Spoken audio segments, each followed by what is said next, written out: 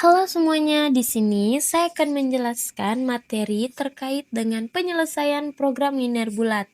Nah, pada kali ini saya akan menjelaskan apa yang dimaksud dengan penyelesaian program linear bulat dan bagaimana contoh soal yang terkait dengan penyelesaian program linear bulat. Nah, untuk teman-teman semuanya, silakan menonton sampai habis ya. Selamat menyaksikan semuanya.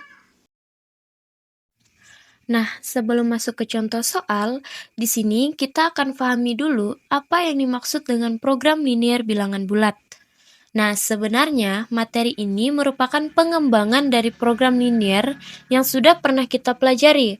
Perbedaannya terletak pada hasil akhirnya. Pada program linear biasa, nilai solusi boleh berupa bilangan pecahan maupun bilangan bulat. Namun, pada program linear bilangan bulat, semua nilai variabel keputusannya harus berupa bilangan bulat. Nah, hal ini penting karena dalam kehidupan nyata, seringkali kita tidak bisa menggunakan nilai pecahan. Contohnya, kita tidak mungkin memproduksi 4,5 meja atau memperkerjakan 7,8 orang. Oleh karena itu, solusi yang diperoleh harus berupa bilangan bulat. Nah, dalam materi ini kita akan mengenal dua model penyelesaian, yaitu model bilangan bulat dual atau fraksional dan model bilangan bulat murni. Namun, pada pembahasan kali ini kita akan lebih fokus pada cara menyelesaikan masalah menggunakan metode grafik, kemudian menentukan solusi bilangan bulat dengan bantuan garis selidik, dan dengan cara ini, kita dapat memperoleh solusi yang tidak hanya optimal, tetapi juga memenuhi syarat sebagai bilangan bulat. Nah, itu dia pengertian dari penyelesaian program linear bilangan bulat. Baiklah, sekarang kita akan masuk ke contoh soal. Nah, di sini kita akan melihat bagaimana program linear diterapkan dalam dunia bisnis. Contohnya ada seorang agen mobil Toyota yang menjual dua jenis mobil, yaitu mobil sedan yang dilambangkan dengan S dan mobil van yang dilambangkan dengan P. Setiap sedan yang terjual memberikan keuntungan sebesar 5 juta, sedangkan setiap mobil van memberikan keuntungan 3,5 juta. Namun, agen tidak bisa memesan mobil sesuka hati karena ada beberapa batasan. Pertama, dari kantor pusat agen diwajibkan memesan minimal 20% dari total pesanan berupa mobil sedan. Yang kedua, kapasitas showroom dan gudang juga terbatas. Jika hanya diisi dengan mobil sedan, maksimal dapat menampung 10 unit. Sedangkan jika hanya diisi dengan mobil van, maksimalnya 15 unit. Dari informasi tersebut, tugas kita adalah menentukan berapa banyak mobil sedan dan mobil van yang harus dipesan agar keuntungan yang diperoleh menjadi maksimal, tetapi tetap memenuhi semua syarat yang diberikan. Jadi, langkah selanjutnya adalah mengubah informasi ini ke dalam bentuk variabel, fungsi tujuan, dan fungsi kendala sebelum diselesaikan menggunakan metode program linear. Baiklah, setelah memahami informasi pada soal, sekarang kita bisa masuk ke tahap perumusan masalah. Pertanyaan utamanya adalah berapa banyak mobil sedan dan mobil van yang harus dipesan setiap semester agar keuntungan yang diperoleh agen menjadi semaksimal mungkin. Nah, pada soal juga dijelaskan bahwa seluruh mobil yang dipesan akan habis terjual, sehingga semua unit yang dipesan akan menghasilkan keuntungan. Agar lebih mudah diselesaikan dengan metode program linear, maka kita terlebih dahulu menentukan variabel keputusan. Misalkan S menyatakan jumlah sedan yang dipesan, sedangkan P menyatakan jumlah van yang dipesan. Dengan mendefinisikan variabel ini, maka kita dapat menyusun model matematika berupa fungsi tujuan dan fungsi kendala yang nantinya akan digunakan untuk mencari solusi optimalnya. Selanjutnya, pada tahap ini kita akan mulai menyusun kendala dari soal. Kendala pertama berasal dari aturan kantor pusat yang mengharuskan jumlah mobil sedan minimal 20% dari total mobil yang dipesan. Secara matematis dapat ditulis S lebih besar dari sama dengan 1/5 atau S ditambah Pi. Jika persamaan ini disederhanakan, maka hasilnya akan menjadi 4S dikurang Pi lebih besar dari sama dengan 0. Bentuk ini nantinya lebih mudah digunakan dalam penyelesaian program linear. Selanjutnya, kita akan menyusun kendala berdasarkan kapasitas showroom dan gudang. Misalkan, L menyatakan luas total yang tersedia. Kemudian, LS adalah luas yang dibutuhkan untuk 1 unit mobil sedan, dan LP adalah luas yang dibutuhkan untuk 1 unit mobil van. Maka dari informasi soal, diketahui bahwa ruangan hanya mampu menampung 10 mobil sedan atau 15 mobil van jika diisi 1 jenis mobil saja. Artinya, luas yang dibutuhkan 1 mobil sedan adalah 1/10 dari luas total, yaitu LS sama dengan 1/10 L. Sedangkan luas untuk 1 mobil van adalah 1/15 dari luas total, yaitu LV sama dengan 1/15 L. Maka hubungan ini yang nantinya digunakan untuk membentuk kendala kapasitas ruang. Selanjutnya, kita akan membentuk kendala kapasitas ruang. Karena luas showroom dan gudang terbatas, maka total luas yang digunakan oleh mobil sedan dan mobil van tidak boleh melebihi luas yang tersedia, yaitu L. Setiap mobil sedan membutuhkan 1/10 L dari luas total, sedangkan setiap mobil van membutuhkan 1/15 L. Oleh karena itu, jika dipesan sebanyak S mobil sedan dan P mobil van, maka model matematikanya menjadi S dikali 1/10 ditambah Pi dikali 1/15 kurang dari sama dengan 1. Agar lebih mudah dihitung, persamaan ini kita sederhanakan dengan menghilangkan penyebutnya. Maka hasil akhirnya diperoleh kendala 3S ditambah 2Pi kurang dari sama dengan 30, maka persamaan inilah yang menunjukkan bahwa kombinasi jumlah mobil sedan dan mobil van yang dipesan harus tetap berada dalam batas kapasitas showroom dan gudang. Kendala ini nantinya akan digabungkan dengan kendala sebelumnya untuk menentukan jumlah pemesanan yang memberikan keuntungan maksimum. Nah, selanjutnya pada tahap ini kita sudah menentukan fungsi tujuan yang akan dimaksimumkan, yaitu di mana laba total sebesar 5S dan tambah dengan 3,5P dengan satuan juta rupiah, artinya setiap produk S memberikan keuntungan 5 juta rupiah, sedangkan setiap produk P memberikan keuntungan 3,5 juta rupiah. Nah, sekarang tugas kita adalah mencari kombinasi jumlah produksi yang menghasilkan keuntungan terbesar. Selanjutnya, masalah ini akan kita ubah ke dalam bentuk model matematika melalui beberapa kendala. Untuk yang pertama adalah 4S dikurang Pi lebih dari sama dengan 0.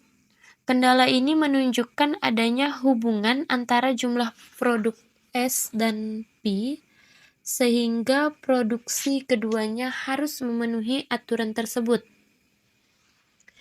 Kendala yang kedua yaitu 3S ditambah 2Pi kurang dari sama dengan 30 merupakan batasan sumber daya yang tersedia.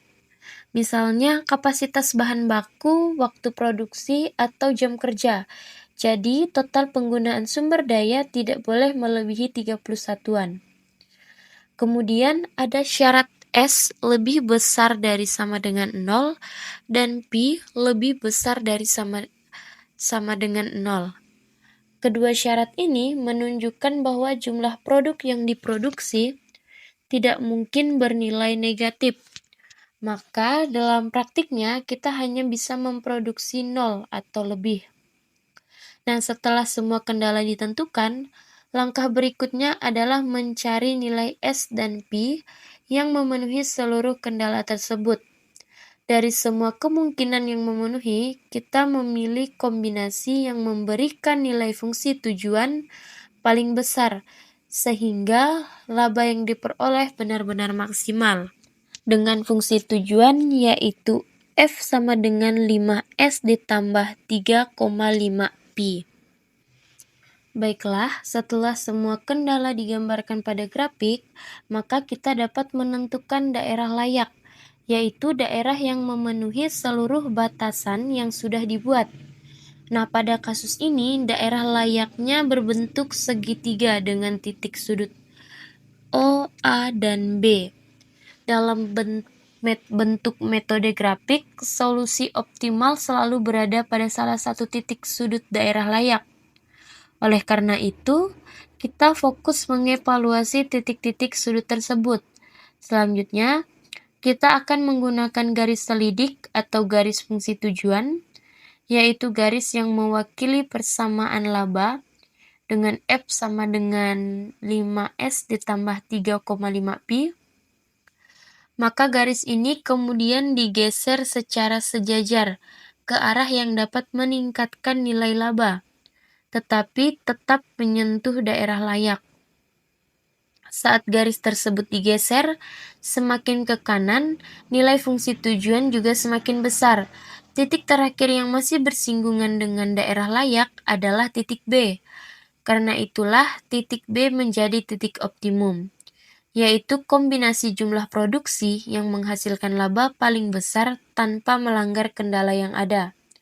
Maka dengan demikian, langkah selanjutnya kita menentukan koordinat titik B dan menghitung nilai laba maksimum berdasarkan fungsi tujuan yang telah kita tentukan. Dapat kita lihat pada gambar berikut ini, terlihat bagaimana proses penyelesaian menggunakan metode grafik, di mana grafik di sebelah kiri menunjukkan daerah layak, yaitu daerah yang diarsir dan memenuhi semua kendala yang telah kita buat sebelumnya. Setiap garis pada grafik mewakili satu kendala. Daerah yang menjadi solusi adalah bagian yang memenuhi seluruh pertidaksamaan secara bersamaan, sehingga terbentuk daerah segitiga dengan titik sudut O, A, dan B. Selanjutnya, kita menggunakan garis fungsi tujuan atau garis selidik yang memiliki persamaan, yaitu F sama dengan 5S ditambah 3,5 Pi. Garis ini tidak mengubah kemiringannya, tetapi digeser sejajar ke arah kanan atau menjauhi titik asal. Semakin jauh garis tersebut bergeser, maka semakin besar nilai laba yang kita peroleh. Nah, perhatikan bahwa garis terakhir yang masih menyentuh daerah layak berada tepat di titik B, maka hal ini menunjukkan bahwa titik B merupakan solusi optimum, karena pada titik tersebut nilai fungsi tujuan mencapai maksimum tanpa melanggar kendala yang ada. Sedangkan pada gambar di sebelah kanan memperlihatkan bahwa titik-titik penyelesaian yang mungkin atau memenuhi kendala dari seluruh titik tersebut, yaitu titik yang memberikan nilai fungsi tujuan paling besar, tetap berada di sekitar titik B, sehingga hasil yang diperoleh konsisten dengan metode grafik. Selanjutnya, pada tahap ini kita perlu memastikan bahwa titik B benar-benar merupakan solusi optimum, bukan titik A. Untuk itu, kita membandingkan gradien garis kendala dengan gradien garis fungsi tujuan. Dari gradien kendala kedua adalah negatif 3/2, sedangkan gradien garis fungsi tujuan adalah negatif 10/7, maka dapat dilihat nilai kedua gradien ini hampir sama, sehingga garis fungsi tujuan terlihat hampir sejajar dengan garis kendala kedua. Karena posisinya hampir sejajar, kita perlu melakukan pengecekan agar tidak salah menentukan titik optimum. Setelah dibandingkan, garis fungsi tujuan yang digeser ke arah nilai maksimum ternyata masih menyentuh daerah layak, tepat di titik B bukan di titik A. Dengan demikian, dapat dipastikan bahwa titik B merupakan solusi optimum karena memberikan nilai fungsi tujuan atau laba yang paling besar, sekaligus tetap memenuhi seluruh kendala yang telah ditentukan. Sekarang kita masuk ke tahap terakhir, yaitu di mana kita memastikan kembali hasil yang sudah diperoleh dari perbandingan gradien sebelumnya. Diketahui bahwa gradien kendala kedua lebih kecil daripada gradien garis fungsi tujuan, karena keduanya bernilai negatif. Maka hal ini menunjukkan bahwa garis AB lebih curam dibandingkan dengan garis fungsi tujuan. Maka akibatnya saat garis fungsi tujuan digeser untuk mencari nilai maksimum, dari garis tersebut akan menyentuh titik B terlebih dahulu, bukan titik A. Inilah alasan mengapa titik B ditetapkan sebagai titik optimum. Sedangkan dengan menghitung titik potong kedua garis kendala, diperoleh koordinat titik B, yaitu 28/11, 10, 10/11, yang dimana nilai S adalah 2, 8/11, dan nilai Pi adalah 10, 10/11. Kemudian, nilai tersebut kita substitusikan ke dalam fungsi tujuan, yaitu fungsi tujuannya F sama dengan 5S ditambah 3,5 Pi. Maka hasil perhitungannya menunjukkan bahwa laba maksimum yang dapat diperoleh sebesar 51,9/11 juta rupiah. Jadi dapat kita simpulkan bahwa kombinasi produksi pada titik B merupakan solusi terbaik karena menghasilkan keuntungan paling besar sekaligus tetap memenuhi semua kendala yang ada. Dapat kita lihat pada hasil sebelumnya, kita memperoleh nilai S dan Pi dalam bentuk pecahan.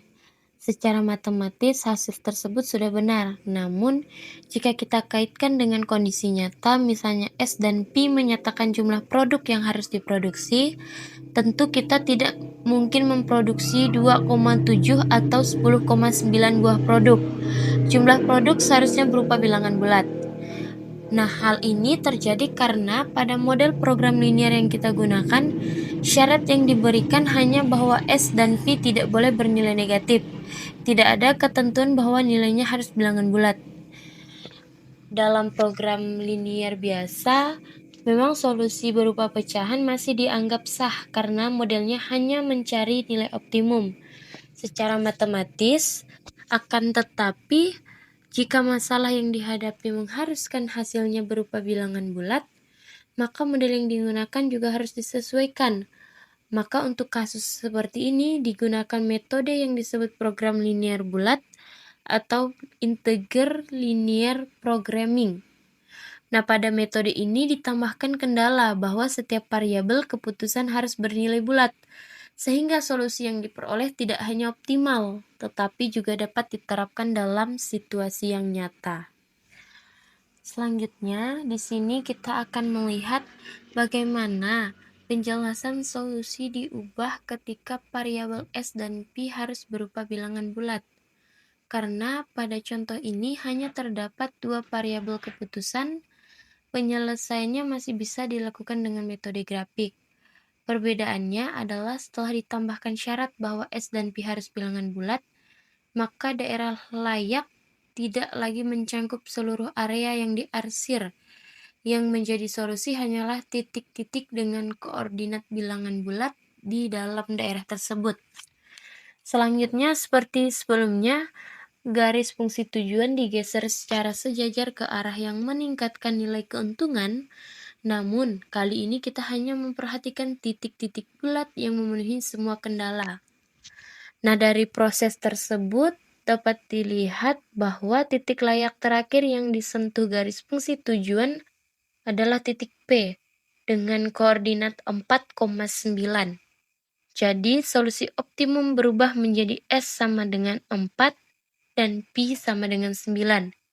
Jika nilai tersebut dimasukkan ke dalam fungsi tujuan, maka diperoleh keuntungan sebesar 51,5 juta rupiah. Nilai ini memang sedikit lebih kecil dibandingkan solusi sebelumnya yang menghasilkan pecahan. Namun solusi ini lebih realistis karena jumlah produksi berupa bilangan bulat dan dapat diterapkan dalam kondisi nyata. Sebagai kesimpulan, setelah mempertimbangkan bahwa jumlah produksi harus berupa bilangan bulat, maka diperoleh solusi yang paling sesuai untuk diterapkan. Artinya, perusahaan sebaiknya memproduksi 4 unit mobil sedan dan 9 unit mobil van. Kombinasi inilah yang memberikan keuntungan terbesar tanpa melanggar seluruh kendala yang telah ditentukan. Dengan jumlah produksi tersebut, maka laba maksimum yang dapat diperoleh adalah 51,5 juta rupiah. Jadi meskipun secara matematis kita sempat memperoleh solusi dengan nilai pecahan, namun solusi tersebut kurang realistis untuk diterapkan. Maka setelah menggunakan pendekatan program linear bulat, kita mendapatkan solusi yang tidak hanya optimal, tetapi juga dapat langsung diterapkan dalam proses produksi. Sebagai catatan, terdapat satu hal penting yang perlu diperhatikan ketika solusi program linear menghasilkan nilai pecahan. Banyak orang langsung berpikir bahwa solusinya cukup dibulatkan ke atas atau ke bawah. Namun, cara tersebut tidak selalu benar, karena setelah dibulatkan, nilai tersebut bisa saja tidak lagi memenuhi semua kendala, atau malah justru tidak memberikan keuntungan yang paling besar. Nah, sebagai contoh pada kasus ini, solusi optimum sebelumnya adalah titik B, dengan koordinat sekitar 2,73 atau 10,91. Jika kita langsung membulatkan koordinat tersebut, kita bisa memperoleh beberapa kemungkinan titik. Akan tetapi, belum tentu semua titik yang dihasilkan pembulatan tersebut masih berada di daerah layak atau menghasilkan nilai optimum. Oleh karena itu, dalam program linear tidak dianjurkan hanya melakukan pembulatan terhadap hasil pecahan. Namun cara yang lebih tepat adalah menggunakan program linear bulat sehingga solusi yang diperoleh memang berupa bilangan bulat sejak awal dan tetap memenuhi seluruh kendala yang ada. Mengapa hasil pembulatan tidak selalu menghasilkan solusi yang benar? Karena jika koordinat titik B yang semula berupa pecahan dibulatkan, maka muncul beberapa kemungkinan titik, yaitu C dengan 2,10, D 2,11, E 3,10, dan F 3,11. Selanjutnya, setiap titik tersebut harus diperiksa apakah masih memenuhi semua kendala. Hasilnya menunjukkan bahwa titik C, D, dan F tidak layak karena berada di luar daerah layak, sehingga melanggar salah satu atau lebih kendala. Sementara itu, untuk titik E 3,10 memang masih berada di dalam daerah layak. Namun meskipun layak, titik ini bukan solusi optimum. Setelah dihitung, nilai fungsi tujuannya hanya 50 juta rupiah. Sedangkan solusi optimum yang diperoleh melalui program linear bulat yaitu titik P 4,9 menghasilkan laba yang lebih besar, yaitu 51,5 juta rupiah. Jadi dari contoh ini dapat disimpulkan bahwa membulatkan solusi program linear tidak menjamin kita mendapatkan solusi terbaik. Oleh karena itu, jika variabel harus berupa bilangan bulat, metode yang tepat adalah menggunakan integer linear programming, bukan sekedar membulatkan hasil. Baiklah, cukup sekian pemaparan saya terkait dengan materi penyelesaian masalah program linear dengan menggunakan metode grafik dan program linear bulat. Dari pembahasan ini dapat kita simpulkan bahwa Program linier membantu menentukan solusi yang memberikan keuntungan maksimum, sedangkan program linier bulat digunakan ketika hasil yang dibutuhkan harus berupa bilangan bulat agar dapat diterapkan dalam kondisi nyata. Semoga penyampaian materi ini dapat menambah pemahaman mengenai penerapan program linier dalam pengambilan keputusan.